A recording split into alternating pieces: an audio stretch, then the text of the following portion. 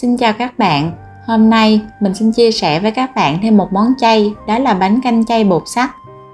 Nếu các bạn cảm thấy ngán thịt cá, cần một món ăn thanh đạm thì món bánh canh chay này sẽ là sự lựa chọn tuyệt vời.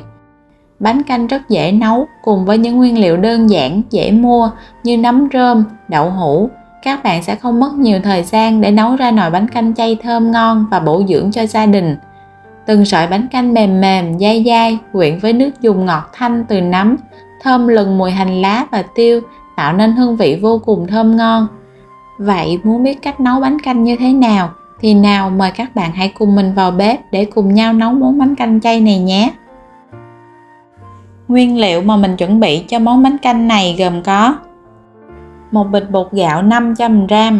Bột các bạn có thể dễ dàng mua ở các tiệm tạp hóa hoặc là siêu thị. 200ml nước cốt dừa nhất. Nước cốt dừa sẽ giúp cho sợi bánh canh được béo thơm hơn. 100g bột mì đa dụng. Nhồi bột mì với bột gạo sẽ giúp cho sợi bánh canh dai nhưng vẫn có độ mềm, không có bị cứng. 100g bột năng. Bột năng này mình dùng để cán bột và cắt sợi bánh canh cho không có bị dính. 150g nấm đùi gà. 150g nấm rơm. Một miếng đậu hũ và một đòn chả. Một muỗng canh hạt điều để tạo màu cho nồi bánh canh được đẹp. Hành lá và ngò. Các bạn ăn chay thuần thì mình có thể thay thế bằng hành ba rô. Mình chuẩn bị một thau nước và cho vào một muỗng cà phê muối. Nấm sau khi mua về mình gọt sạch và rửa qua với nước lạnh. Sau đó cho vào nước muối mình ngâm để loại bỏ những cái chất không tốt cho sức khỏe. Các bạn cũng có thể thay thế những cái loại nấm khác tùy vào sở thích của mình. Trước tiên mình đi nhồi bột. Cho 500g bột gạo vào trong thau. Cho thêm vào 100g bột mì đa dụng. Một muỗng cà phê muối. Mình dùng đũa trộn đều bột mì và bột gạo lại với nhau. Rồi mình rưới đều 200ml nước sôi vào trong bột. Nước này là các bạn nấu trên bếp cho nó sôi chứ các bạn không dùng nước ấm nha. Đậy nắp lại khoảng 5 phút cho bột nở. Tiếp đến mình đeo bao tay vào để nhồi bột. Khi nhồi bột các bạn đeo bao tay vào thì mình nhồi sẽ dễ hơn, không có bị dính tay.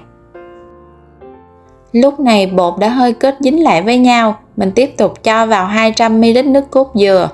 Nước cốt dừa sẽ giúp cho sợi bánh canh khi chín béo và dậy mùi thơm. Tùy vào bột cũ hay mới mà mỗi loại bột sẽ có độ hút nước khác nhau. Cho nên khi các bạn cho nước vào trong bột để nhồi thì các bạn nên cho từ từ từng ít một. Với 500g bột gạo và 100g bột mì thì mình cho vào đây khoảng 600ml nước, bao gồm nước cốt dừa và nước lọc. Các bạn cứ tiếp tục cho nước vào nhồi cho đến khi nào bột dẻo đều, không còn dính tay và thau nữa là được.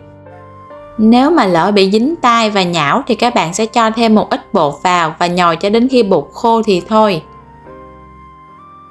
Nhồi cho đến khi bột dẻo mịn thành một khối, mình để cho bột nghỉ khoảng 30 phút rồi mình mới đi cán bột.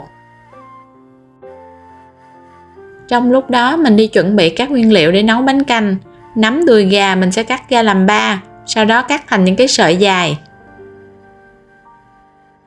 Nấm rơm này, những cái nấm nào nhỏ thì mình chẻ ra làm 2, còn những cái nấm to thì mình chẻ ra làm 4.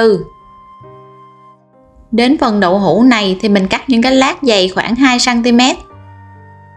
Sau đó mình tiếp tục cắt những cái miếng đậu hũ này ra làm đôi để cho nó giống như những cái sợi bánh canh.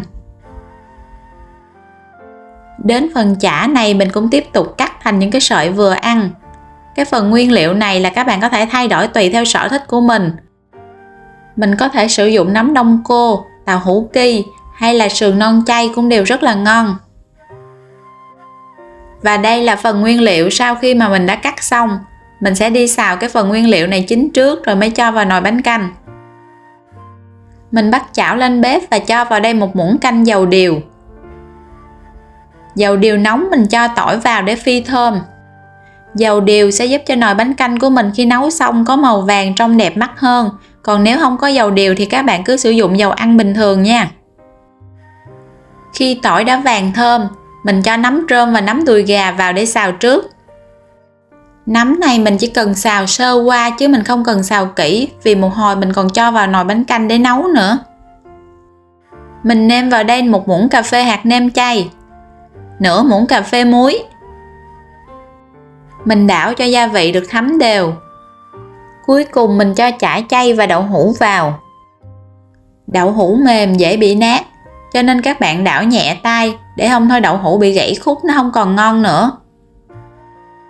Như vậy là được rồi, mình sẽ tắt bếp chứ không có cần xào lâu. Tiếp đến mình bắt lên bếp một nồi nước, cho vào 1 muỗng canh dầu ăn. Dầu ăn sẽ giúp cho sợi bánh canh khi luộc không có bị dính lại với nhau.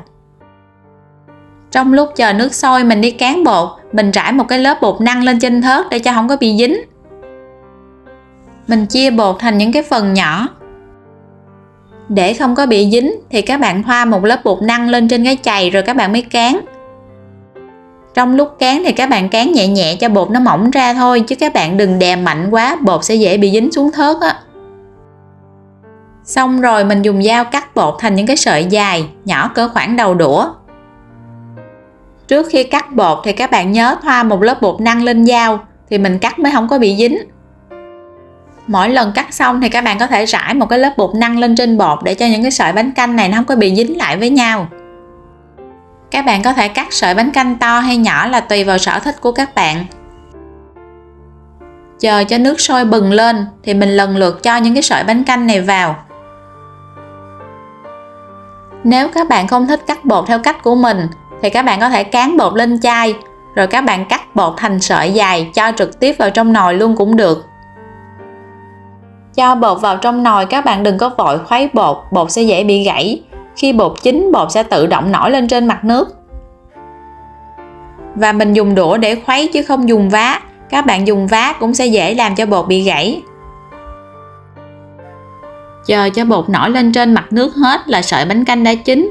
Mình dùng một cái vợt mình vớt những cái sợi bánh canh này ra. Sợi bánh canh nhìn dai mềm rất là ngon.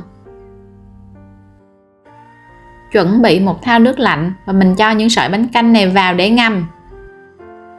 Vớt hết những cái sợi bánh canh này ra và các bạn cứ tiếp tục lặp lại cho đến khi hết cái phần bột còn lại của mình. Xong hết rồi mình đi nấu bánh canh. Bắt lên bếp một nồi nước, cho vào 2 lít nước. Khi nước sôi các bạn cho hết phần chả, nấm và đậu hũ vào. Để cho nước dùng được ngọt hơn thì các bạn có thể hầm trước với củ sắn, củ cải để lấy nước ngọt.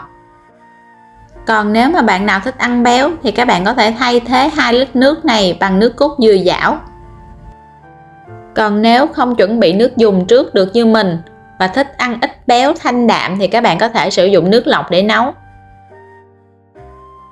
Khi nước sôi trở lại, mình nêm vào đây 2 muỗng canh hạt nêm chay, 1 muỗng canh muối. Do nấm nó đã có chất ngọt rồi cho nên mình không có cho đường vào nha. Các bạn có thể nêm nếm lại cho phù hợp với khẩu vị của gia đình mình nha. Xong rồi mình cho hết những cái sợi bánh canh vào.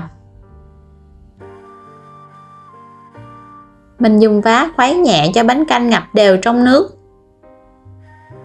Các bạn thích ăn lỏng thì có thể cho thêm nước vào. Vì khi bánh canh nguội, bánh canh sẽ đặc hơn lúc bánh canh còn nóng. Cho dầu điều vào xào nấm, lúc này nhìn nồi bánh canh có màu vàng trông rất đẹp mắt. Mình thường luộc bánh canh trước để cho nồi nước bánh canh không có bị lềnh bột. Còn nếu bạn nào thích ăn sệt thì có thể cho trực tiếp bánh canh vào để nấu chứ không cần luộc trước như mình. Cuối cùng mình cho hành lá vào và tắt bếp. Vậy là đã xong nồi bánh canh rồi đó. Đây là mình nấu cho nhà ăn. Nếu bạn nào ăn chay thuần thì các bạn thay thế hành lá bằng hành baro nha. Mình múc ra tô, làm thêm một chén nước mắm ớt cay và mời các bạn cùng thưởng thức với mình nhé. Khi ăn các bạn cảm nhận được sợi bánh canh béo thơm mùi nước cốt dừa, mềm mềm dai dai cùng với nước dùng đậm đà, đậu hũ bùi bùi cùng với nấm rơm giòn giòn. Khi ăn vào một muỗng sẽ khiến mình muốn ăn thêm. Món bánh canh chay này thích hợp để dùng hàng ngày và vào những ngày rằm. Cách nấu cũng không quá khó và không tốn nhiều thời gian. Các bạn hãy thử vào bếp để làm cho người thân và gia đình mình cùng thưởng thức và để lại dưới bình luận để chia sẻ cùng mình nhé. Cảm ơn các bạn đã theo dõi. Các bạn ấn đăng ký kênh để ủng hộ mình nhé. Goodbye!